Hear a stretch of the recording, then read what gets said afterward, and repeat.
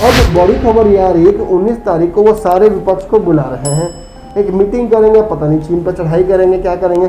लेकिन ज्योति जी, ये सवाल तो खड़ा हो रहा है कि जब सारी तरफ से विपक्ष भी ये बात कह रहा है, तेजस्वी यादव हो, राहुल गांधी, सभी ने वीडियो जारी करके ये बात कही है कि भैया आप लड़िए चीन से, आपको रोक कौन रहा है, जवाब दीजिए। कल तक आप ही कहते थे कि 1 सर के बदले 10 सर लाएंगे, लाल लाल आँख करके दिखाएंगे। अब जब ये सब कुछ करना है तो विपक्ष को क्यों बुला रहे हैं? अब तो आपको हमला करना चाहिए, जवाब देना चाहिए। कोरोना संकट के दौरान आप 70 दिन तक चुप रहते हैं जी, और 71वें दिन आप आते हैं और किसी को मार्शल लॉ लागू कर देते हैं कि तुम ठीक से काम नहीं कर रहे हो, तुम्हारा अस्पताल नहीं कर रहा है, तुम्हारा सारा चीज हम अपने कब्जे में ले लेंगे, तुम्हारे राज्य को हम चलाना शुरू कर देंगे। ये क्या है? क्या है? किस तरह, क्या आप दिखाना चाहते हैं? ये देश संवैधानिक ढांचे से चलता है, संघीय ढांचे का इस देश का आधार है। संविधान ने बहुत सारे ऐसे कानून है, नियम है जिसको प्रगट किया है। हम कभी हिंदी चीनी भाई भाई की बात करते थे, आपने उस सारी चीजों को लेकर के कूटनीतिक रास्तों पर चलने का आपके पास मादा नहीं है, तो आप मत कीजिए ना दोस्ती। आप देखिए कि नरेंद्र मोदी लगातार जिस तरह से चीन के साथ दोस्ताना संबंध बना रहे हैं और जिस तरह से उन्होंने प्रदर्शन किया और उसकी तस्वीरें खिंचा रहे हैं, आप दिखाना क्या चाहते हैं? जिनके बच्चे गए, जिन्होंने शहादत दी, उस व्यक्ति से पूछिए ना। आप आए और आकर के आपके लोग खड़े होकर के और दो बोल दिए, श्रद्धांजलि दे दो, पुष्प चढ़ा दिए, इससे समस्या का समाधान नहीं होता है। आज बिहारी ने साबित कर दिया कि चाहे खून बहाना हो या पसीना बहाना हो, हर चीज में हम आगे हैं, दूसरों का नहीं, खुद का। और यही कहीं ना कहीं बिहार को बाकी सभी जगहों से अलग करती है। लेकिन कहीं ना कहीं नीतीश कुमार और अलग अलग नेता जो उनके साथ जुड़े हुए हैं, रामविलास पासवान है, ये क्यों नहीं बोलते हैं? इनको भी बोलना चाहिए।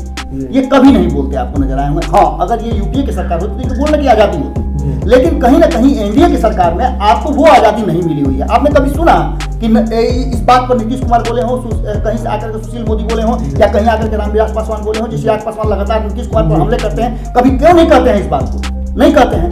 किसी विपक्ष की जरूरत नहीं पड़ी। आप जब पेंच फंस गया, जब हमारे जवान शहीद हो रहे हैं, जब चीन आप पर हमला कर रहा है, तो आप विपक्ष को बुला रहे हैं। आपके पास इतना भी मादा नहीं है, इसी विपक्ष को हमला कर रहे थे आप कि अगर आप मरवा रहे हैं तो हम एक नहीं, एक के जगह पर 10 लाएंगे। आप तो एक के जगह पर 10 की बात छोड़ दीजिए जी, जो मर रहे हैं उस पर आप संवेदना तक व्यक्त नहीं कर पा रहे हैं जी।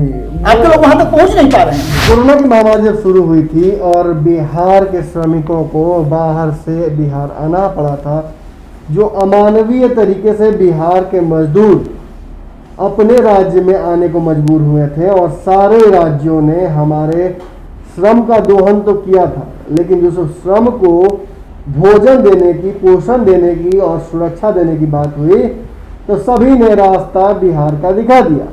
नॉर्थ, साउथ, ईस्ट, वेस्ट, चारों दिशाओं से बिहार की तरफ वापस आए। अगर चंद्रमा पर भी बिहारी मजदूरी कर रहे होते तो वहाँ से भी उड़ते हुए, तैरते हुए, गिरते हुए वो बिहार वापस आते, क्योंकि बिहारियों की आवश्यकता किसी को थी नहीं, क्योंकि कोरोना काल में बिहारी बोझ हो जाते। लेकिन तब मैंने आप लोगों से एक भावुक करुण पुकार की थी। मैंने कहा भी था कि हे भारत, हे सिंधु, मैं तेरे चरणों की धूल हूँ, शायद बहुत बड़ी भूल हूँ, लेकिन करूँ क्या, मैं बिहार, बुद्ध की धरती हूँ, चाणक्य की धरती हूँ, सब कुछ अच्छा है, मेरा अतीत बहुत अच्छा है, मेरा भविष्य बहुत अच्छा होने वाला है, लेकिन वर्तमान मेरा ऐसा है कि ना इस देश के लोगों को पसंद आता है, ना हमारे राज्य के राजनेताओं को पसंद आता है, और ये वर्तमान बनाया इन्हीं लोगों के द्वारा है। आज भी बिहारियों ने जब पूरे देश से 20 सैनिकों ने शहादत दी है लद्दाख में, वहीं 5 बिहारी शहीद हुए हैं बिहार से। अब आप समझ गए होंगे कि जब पूरे देश में इतने सारे राज्य हैं और जब ताकत और शहादत की बात आती है तो 20 में से 1/4 हिस्सा बिहारी खुद ऑक्यूपाई करते हैं। श्रम में ही नहीं, अगर आप श्रम के आगे बढ़ते हैं, पौरुष कहते हैं जिसे, कहते हैं कहीं ना कहीं ताकत, जिसे आप एक ऐसी इबारत लिखी जाती है और कहा जाता है कि जो शहादत देता है वो शायद सबसे बड़ा पुरुषार्थ उसके पास होता है। आज बिहारियों ने साबित कर दिया कि चाहे खून बहाना हो या पसीना बहाना हो, हर चीज़ में हम आगे हैं, दूसरों का नहीं, खुद का। और यही कहीं ना कहीं बिहार को बाकी सभी जगहों से अलग करती है। चलिए अब मुख्य मुद्दे पर आते हैं। रात में आपका स्वागत है। आप देख सकते हैं मेरे साथ आज दो गेस्ट हैं। एक तरफ बाबा हैं जो कि हमारा राजनीतिक विश्लेषक है और गार्जियन है, वही दूसरी तरफ ज्योति पांडे जी हैं जो कि समाज सेवी हैं, कर्मकारी ब्राह्मण हैं और राजनीतिक चिंतक और विश्लेषक हैं। इन दोनों व्यक्तियों से आज हम बातचीत करेंगे और जानने का प्रयास करेंगे कि ये जो सडनली चीन और भारत के बीच युद्ध की स्थिति उत्पन्न हो गई है, क्योंकि अगर 20 सैनिकों को उन्होंने मारा है और 20 सैनिकों की शहादत हुई है तो इसका जवाब तो देना पड़ेगा चीन को। चीन की वजह से ऑलरेडी पूरे विश्व में एक तबाही फैली हुई है कोरोना, और अब तक जो ये जैविक हथियार है इसके इस्तेमाल से चीन ने जितने लोगों को मारा है उनकी संख्या 5 लाख से ज़्यादा है। पूरा विश्व कहीं ना कहीं चीन के सामने ऐसी स्थिति में खड़ा है जिसमें चीन किसी के गुड बुक में नहीं है। लेकिन इसके बावजूद चीन की हिमाकत और हरकत देखिए कि वो भारत के सीमा पर, लद्दाख सीमा पर लगातार पिछले 10 दिनों से तनाव कर रहा था और कई जवान हमारे शहीद होते हैं और कल जो हुआ है वो जिसे कहा जा सकता है कि वो एकदम अत हुआ है। कल चीन ने 20 सैनिकों को हमारे शहीद किया है, हमारी जो क्षेत्र है उसे कब्जा करने की कोशिश की है। ये कंटेंशन काफ़ी जोर चला रहा है। ऐसा पहली बार नहीं हुआ कि चीन ने हमारे सैनिकों को छुपकर हमला किया हो और हमला करके हम पर उसने अपनी बादशाहत दिखाने का प्रयास किया हो। लेकिन एशिया में बादशाहत हमेशा भारत की चलेगी। इसके पीछे एक कारण है, भारत श्रम के साथ साथ ईमानदारी भी जानते हैं। और अगर बात युद्ध नीति की हो तो हम कभी भी अनीति का साथ नहीं देते हैं। महाभारत सबसे बड़ा शायद इस विश्व का युद्ध था, जिसमें भी आपने अगर ध्यान से देखा होगा तो आपको पता चलता होगा कि युद्ध के दौरान कई नियम थे, उन नियमों का पालन किया जाता है। जब शाम के वक्त शंख बजता था तो युद्ध के जो सारी लड़ाई थी वो समाप्त कर दी जाती थी और अगले दिन की तैयारी में लग जाया जाता था। लेकिन चीन हर बार पीछे से वार करता है। चीन ने पहले भी हम पर पीछे से वार किया है, ऐसे वक्त में वार किया है जब भारत अपनी समस्याओं से काफ़ी जूझ रहा था। पूरा देश, भारत शुरुआती दौर में ही जब वुहान में कोरोना वायरस का प्रकोप फैला तो हम सभी ने कहीं ना कहीं ये दुख अपने अंदर रखा कि चीन में एक ऐसी बीमारी फैली है। लेकिन बाद में धीरे धीरे परतें खुली और आज साबित हो चुका है कि चीन पूरे विश्व के रडार पर है। वो अपनी शक्ति और सामर्थ्य दिखाने के लिए पूरे विश्व को आज कहीं ना कहीं एक ऐसी त्रासदी में झोंक चुका है जो आज मानवता पर भी सवाल खड़े कर रही है। लेकिन ऐसा बार चीन पहली बार नहीं कर रहा है। चीन के साथ सबसे बड़ी अगर ताकत चीन की है वो उसकी कूटनीति है कि वो अपने लोगों को गाजर मूली की तरह समझता है। नमन जी, सबसे पहले तो बहुत बहुत हम श्रद्धांजलि देते हैं और बहुत दुख के साथ कहना पड़ता है कि हम फिर उसी चर्चा पर आ गए जो चर्चा हमने आज़ादी के बाद शुरू की थी। लाल बहादुर शास्त्री ने प्रयास किया था कि हिंदी चीनी भाई भाई बन जाए। इंदिरा गांधी ने भी बहुत बार प्रयास किया था। 5 बार जाकर के अगर कहा जाए तो दोस्ताना हाथ नरेंद्र मोदी ने भी फैलाया था। नरेंद्र मोदी तो आए ही इसी बहाने थे कि वो चीन को सबक सिखा देंगे और चीनी सामानों का बहिष्कार कर देंगे, स्वदेशी अपना लेंगे। बहुत सारी बातें थी। संघाई में जाते हैं तो हिंदी चीनी भाई भाई की बात करते हैं, वहाँ जाते हैं तो अलग तरह का उनका रुतबा रहता है। जब बार बार जाते हैं, जब वापस लौट करके आते हैं तो कहते हैं चीन से हमारा कोई संबंध नहीं रहेगा, चीनी सामानों का हमारे यहाँ कोई आदान प्रदान नहीं होगा। लेकिन आज भी आप जाके देखें तो जो हमारे सैनिकों के साथ हमारे लोगों को गाजर मूली की तरह काट रहा है, वैसे लोगों के साथ हम अपना व्यापारिक संबंध रखे हुए हैं, जिसमें पूरी दुनिया को, जैसा कि आपने कहा भी नमन जी, पूरी दुनिया को जिसने तबाह और बर्बाद कर रखा है। एक ऐसे राष्ट्र को हम अपने राष्ट्र में बुलाते हैं और उसे इतना सम्मान देते हैं, उसके साथ नए नए पोज में हम सहानुभूति दिखाते हैं। बिल्कुल सहानुभूति दिखाते हैं, नए नए पोज में उसके साथ तस्वीरें खिंचवाते हैं और उसे खुशी मनाते हैं।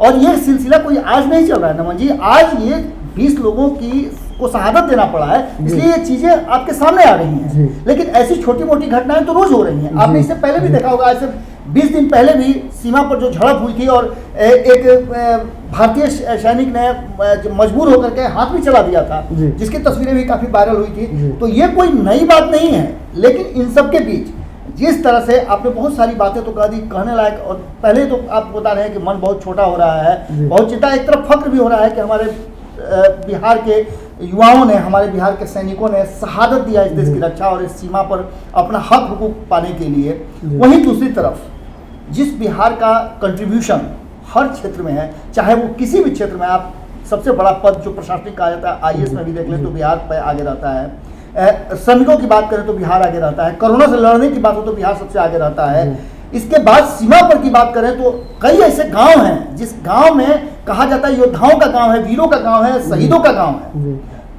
ऐसा ही मोहद्दी नगर भी एक गांव है समस्तीपुर में, जहां के बच्चों ने शहादत दी है।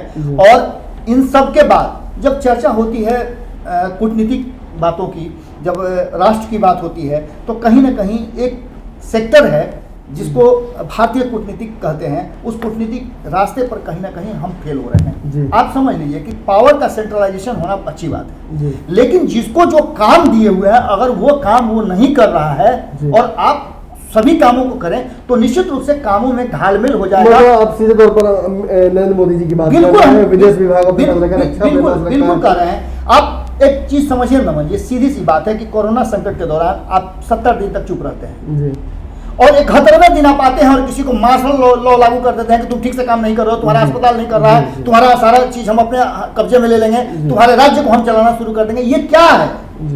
क्या है? किस तरह, क्या आप दिखाना चाहते हैं? ये देश संवैधानिक ढांचे से चलता है, संघीय ढांचे का इस देश का आधार है। संविधान ने बहुत सारे ऐसे कानून है, नियम है जिसको प्रदत्त किया है। हम कभी हिंदी चीनी भाई भाई की बात करते थे, आपने उस सारी चीजों को लेकर के कूटनीतिक रास्तों पर चलने का आपके पास मादा नहीं है तो आप मत कीजिए ना दोस्ती। आप सीधा उससे दुश्मनी, आप पाकिस्तान के साथ किस तरह का व्यवहार कर रहे हैं? आप देश के लोगों को बताते हैं कि पाकिस्तान हमारा सबसे बड़ा दुश्मन है और बिल्कुल आप अपने से उठते हैं और पाकिस्तान आप लैंड कर जाते हैं बिना किसी सूचना के। ये क्या है? अगर वही कोई दूसरा चला जाए तो आप उसे कहते हैं कि देश का गद्दार है। ये किस तरह की बातें हो रही हैं? आप देखिए कि नरेंद्र मोदी लगातार जिस तरह से चीन के साथ दोस्ताना संबंध बना रहे हैं और जिस तरह से उन्होंने प्रदर्शन किया और उसकी तस्वीरें खिंचा रहे हैं, आप दिखाना क्या चाहते हैं? जिनके बच्चे गए, जिन्होंने शहादत दी, उस व्यक्ति से पूछिए ना। आप आए और आकर के आपके लोग खड़े होकर के और दो बोल दिए, श्रद्धांजलि दे दो, पुष्प चढ़ा दिए, इससे समस्या का समाधान नहीं होता है। ये बड़ी बात बाबा बता रहे हैं, कहीं ना कहीं कूटनीतिक विफलता है। अब एक ही प्रधानमंत्री कितने विभागों को संभालेंगे? प्रधानमंत्री ने जरूर अलग अलग विभाग विभाजित किए हैं, लेकिन पावर का सेंट्रलाइजेशन है वो अपने पास रखा है। सभी जानते हैं कि विदेशों में अगर जाना होता है तो नरेंद्र मोदी खुद जाते हैं, अगर उन्हें विवाद निपटाना होता है किसी जगह बॉर्डर का तो वो खुद जाते हैं। ऐसे में कहीं ना कहीं एक बात तो स्पष्ट हो जाती है कि एक व्यक्ति कितना काम करेगा। और अब बड़ी खबर ये आ रही है कि 19 तारीख को वो सारे विपक्ष को बुला रहे हैं, एक मीटिंग करेंगे, पता नहीं चीन पर चढ़ाई करेंगे, क्या करेंगे। लेकिन ज्योति जी, ये सवाल तो खड़ा हो रहा है कि जब सारी तरफ से विपक्ष भी ये बात कह रहा है, तेजस्वी यादव हो, राहुल गांधी, सभी ने वीडियो जारी करके ये बात कही है कि भैया आप लड़िए चीन से, आपको रोक कौन रहा है, जवाब दीजिए।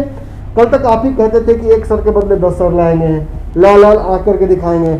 अब जब ये सब कुछ करना है तो विपक्ष को क्यों बुला रहे हैं? अब तो आपको हमला करना चाहिए, जवाब देना चाहिए। देखिए, ये जवाब मोदी जी को नहीं देना, ये जवाब जो चाइना में हो रहा है, हम लोगों को चाइना की स्थिति भी समझना चाहिए और भारत की भी स्थिति समझना चाहिए। चाइना में जो चाइना की 140 करोड़ आबादी है, वहाँ लोग बंधुआ मजदूर की तरह वहाँ की आबादी है। वहाँ के जो नागरिक हैं वहाँ चाइना सरकार के बंधुआ मजदूर हैं, युद्ध थोपा है उन पर। हाँ, अभी वहाँ के हालात खराब है। 1962 में भी जब अटैक किया था उस समय भी उसकी हालत खराब थी, लोग विद्रोह की स्थिति में थे। तो उन लोगों का ध्यान भटकाने के लिए भारत पे वो अटैक कर देता है, युद्ध छेड़ दो, लोगों का ध्यान भटक जाएगा। इस बार भी यही किया है चाइना। वहाँ की स्थिति खराब है, वहाँ के लोगों को ध्यान भटकाने के लिए ये अटैक किया है वो, कि युद्ध की स्थिति बने, युद्ध छिड़ जाए, वहाँ विद्रोह नहीं हो। आपने एक बात कही कि ये लड़ाई जो है वो प्रधानमंत्री नरेंद्र मोदी को नहीं लड़नी है, हमारी सेना को नहीं लड़नी है, आम जनता को लड़नी है। ये आम जनता बहिष्कार करके वो बहिष्कार फेसबुक पे, ट्विटर पे करके नहीं, रियल में घर से, अपने अपने घर से चाइना सामान निकाल के लोग जब जलाना शुरू करेंगे, हटाना शुरू करेंगे, उसका प्रयोग बंद करेंगे। चूंकि ये बंद होना आसान नहीं है, इसमें जितने पॉलिटिशियन हैं उन्हीं का पैसा लगा हुआ है चाइना में, जी उन्हीं का माध्यम से यहाँ सामान आता है जी और लोगों को घर घर तक पहुंचाया जाता है। सरकार के टैक्स की चोरी हो रही है। आप देखेंगे कि जो चाइना का सामान 100 रुपए में मिलता है उसका बिलिंग 2 रुपया होता है। जी जो 1000 का सामान रहता है वो 5 रुपया में मिलता है। जी वो सरकार को 5 रुपया टैक्स दिया जाता है, 95 रुपया मैंने 95% हाँ वो बचा लिया जाता है। बाबा कहीं ना कहीं एक बड़ा सलाह दे रहे हैं। ऑलरेडी ये बातें ट्विटर और सोशल मीडिया पर चल रही हैं। आपको क्या लगता है बाबा कि इस तरह से हम जो है कूटनीतिक लड़ाई लड़ सकते हैं क्या? भारत एक ऐसा देश है, जब कोरोना की बात आती है, अनलॉक और लॉक की बात हमने देखी थी कि जब प्रधानमंत्री और सरकार कहती है ये बात कि अब लोगों को विवेक पर छोड़ देते हैं तो हम कोरोना विस्फोट कर देते हैं। जब तक लॉकडाउन था तब तक तो ठीक था, हमारे विवेक पर रखा गया तो हम एक दिन में 2000 लोग कल मरे हैं। ऐसी परिस्थिति में ये जो सेल्फ आइसोलेशन के बाद एक नया आया है नियम कि हम सेल्फ अपने आप से चीन को जवाब दे दें, सेल्फ वॉर जिसे कहा जाए, कि हम चीन के सामान को बाहर फेंक देंगे, ये तो पहले भी हुआ है बाबा। नमन जी, सबसे बड़ी बात की ज्योति जी ने एक बहुत ही महत्वपूर्ण प्रश्न खड़ा कर दिया है। उस प्रश्न पर भी गौर करना जरूरी है। ये चीन की बात कर रहे हैं, ये चूंकि पॉलिटिकल व्यक्ति हैं जिनकी सोच भी पॉलिटिकल हो सकती है, इसलिए ये बात ये कह रहे हैं। भारत में भी बिल्कुल इसी तरह की बातें आप ला सकते हैं कि कहीं ना कहीं प्रायोजित भारत भी कर सकता है। चुनाव आ रहे हैं बिहार में और बिहार के लोग शहीद हुए हैं, इमोशनल भी जिसको जोड़ा जा सकता है और बहुत तरह की बातों से। इससे पहले हम आपको 2-3 तथ्य हैं जिसको बताना बहुत जरूरी है, जो शायद हिंदुस्तान की जनता जानती भी हो और बहुत लोग नहीं भी जानते होंगे, क्योंकि अखबारों के माध्यम से और मीडिया के माध्यम से ये बातें नहीं आ पाती। लद्दाख को आपने अलग कर दिया, आप वाहवाही ले लिए, आपने लद्दाख को स्वतंत्र करा दिया, अब वाहवाही लूट लिए। लेकिन लद्दाख के लोगों की स्थिति क्या है? चीन के बगल में है। आपने ये तो कह दिया हमें दुख है कि हमारे 5 बिहारी जो हैं शहीद हुए हैं, लेकिन लद्दाख के कितने लोग हुए? लद्दाख में तो लोगों का मेन काम जो है वो सेना है, लोग सेना में जाते हैं। वहां के लोग कितने मरे आप इसका कभी किए? वहां के नागरिक कितने मरे आपने इसका कभी आंकड़ा लिया? नहीं लिया, वो मीडिया में नहीं आ रहा है। दूसरा सबसे इंपॉर्टेंट चीज, चूंकि कर्मकांडी ब्राह्मण भी है तो ये बेहतर बता सकते हैं कि कैलाश जिसका नाम आप जानते हैं, आपने सुना होगा कि कैलाश पर्वत जहां हमारे शिव का वास है, आप समझिए ना कि वो कैलाश पर्वत कहाँ है। ये वही वो जगह है, यही वो जगह है जिस जगह पर कब्जा करने की बात चल रही है। ये हमारे बॉर्डर का वही सीमा है। आप समझिए कि ये एक तरह से आप कहीं ना कहीं हमारी आस्था पर भी चोट कर रहे हैं ना।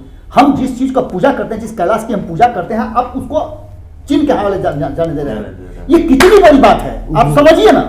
आप सेंटीमेंट के साथ भी खेल रहे हैं, आप भावनात्मक बातें कर रहे हैं। कोरोना के समय में मंदिरें बंद हो गई, मस्जिदें बंद हो गई, लेकिन आपने उस पर कहाँ ग्रहण पाया? बड़ा सवाल ये खड़ा होता है बाबा कि कहीं ना कहीं इंदिरा गांधी और नरेंद्र मोदी, इन दोनों का कंपैरिजन किया जा रहा है। चीन को जवाब देने में इंदिरा गांधी ने कोई कसर नहीं छोड़ी थी। हमारे पास उतने रिसोर्स नहीं थे, लेकिन उन्होंने एक प्रयास किया था।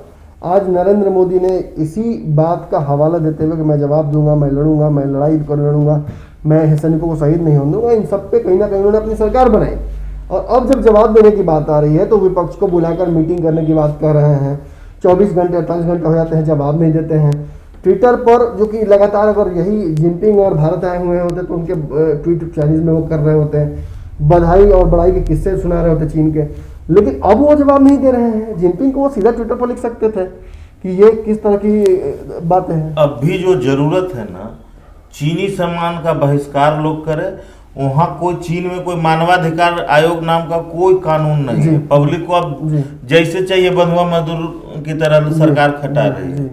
तो यहाँ के नागरिक जब उसका बहिष्कार करेंगे, किसी नेता का, किसी प्रधानमंत्री का जरूरत नहीं है। उनको जो फैसला लेना है ले। पब्लिक सिर्फ ये काम कर दे, चाइना का कमर जो कि आपकी बातें सही हो सकती हैं, आप अपनी जगह पर सही हैं, लेकिन 2-3 बातें और मेरे सवाल का मैं जवाब चाहूंगा कि ये जो कंपैरिजन मैंने किया नरेंद्र मोदी और कहीं ना कहीं इंदिरा गांधी के बीच में, इसको आप जरा समझाइए। उन्हीं चीज़ों को मैं बता रहा हूँ नमन जी कि आप लगातार देख रहे होंगे कि संविधान से और सरकार से चलता है ये देश जी। और इस देश में अलग अलग सरकारें रही हैं, अलग अलग व्यक्ति उस पद पे रहे हैं। चाहे आप लाल बहादुर शास्त्री की बात कर लें, आप जवाहरलाल नेहरू की बात करें, इंदिरा गांधी की बात करें, मनमोहन सिंह की बात करें, या फिर आप नरेंद्र मोदी की बात करें, आप किसी की भी बात कर लें, सभी की एक कूटनीतिक होती है और इस कूटनीति को लेकर के आप अलग अलग देशों से बात करते हैं। लेकिन कहीं ना कहीं नीतीश कुमार और अलग अलग नेता जो उनके साथ जुड़े हुए हैं, रामविलास पासवान है, ये क्यों नहीं बोलते हैं? इनको भी बोलना चाहिए। ये कभी नहीं बोलते, आपको नजर आए होंगे। हाँ, अगर ये यूपीए की सरकार होती तो इनको बोलने की आजादी होती, लेकिन कहीं ना कहीं एनडीए की सरकार में आपको वो आजादी नहीं मिली हुई है। आपने कभी सुना कि इस बात पर नीतीश कुमार बोले हों, कहीं से आकर के सुशील मोदी बोले हों, या कहीं आकर के रामविलास पासवान बोले हों? जिस चिराग पासवान लगातार नीतीश कुमार पर हमले करते हैं, कभी क्यों नहीं कहते हैं इस बात को? नहीं कहते हैं। आप उठा करके देख लीजिए कि हम कूटनीतिक रूप से पूरी तरह से असफल हैं। हम भले ढिढोरा पीट ले अपनी बातों का। आप ये बताइए ना कि जब भी हमारे देश को जरूरत महसूस हुई है, कहां खड़े हुए हैं? आपने सीधे तौर पर बांग्लादेश को भारत के जमीन दे दिए, खुशी खुशी आपने दे दिया, किसी से पूछा नहीं, किसी विपक्ष की जरूरत नहीं पड़ी। आप जब पेंच फंस गया, जब हमारे जवान शहीद हो रहे हैं, जब चीन आप पर हमला कर रहा है, तो आप विपक्ष को बुला रहे हैं। आपके पास इतना भी मादा नहीं है, इसी विपक्ष को ना हमला कर रहे थे आप कि अगर आप मरवा रहे हैं तो हम एक नहीं, एक के जगह पर 10 लाएंगे। आप तो एक के जगह पर 10 की बात छोड़ दीजिए जी, जो मर रहे हैं उस पर आप संवेदना तक व्यक्त नहीं कर पा रहे हैं जी। आपके लोग वहां तक पहुंच नहीं पा रहे हैं जी। लगभग बाबा ने समझा दिया उस बात को कि कैसे आखिर चीन को सही ढंग से जवाब दिया जा सकता है। ज्योति भाई ने भी ये बात बताई है कि जनता भी शायद ये जो सामरिक एक ऐसा युद्ध है जो अगर नीतिगत तरीके से लड़ा जाए तो बिल्कुल भारत उससे विजयी होगा, लेकिन जिस अनीति के तहत चीन भारत पर हमला कर रहा है और छुपकर हमला कर रहा है, उसका जवाब तो ब्रॉड डे लाइट में ही देना पड़ेगा, और वो बातें जनता भी कहीं ना कहीं सामने आकर कर सकती है। अब देखिए, कल जो घटना हुई है, जो शहीद हुए हैं हमारे सैनिक, ये कहीं ना कहीं कंटेंशन चीन और भारत के बीच में बढ़ाएगा। लेकिन इस घटना को इस तरीके से लीजिए कि चीन आपके दरवाजे पर खड़ा है और आपके दरवाजे को लगातार खटखटा रहा है। ये जो कल शहीद हुए हैं सैनिक, ये एक सवाल है जो चीन ने आपसे पूछा है।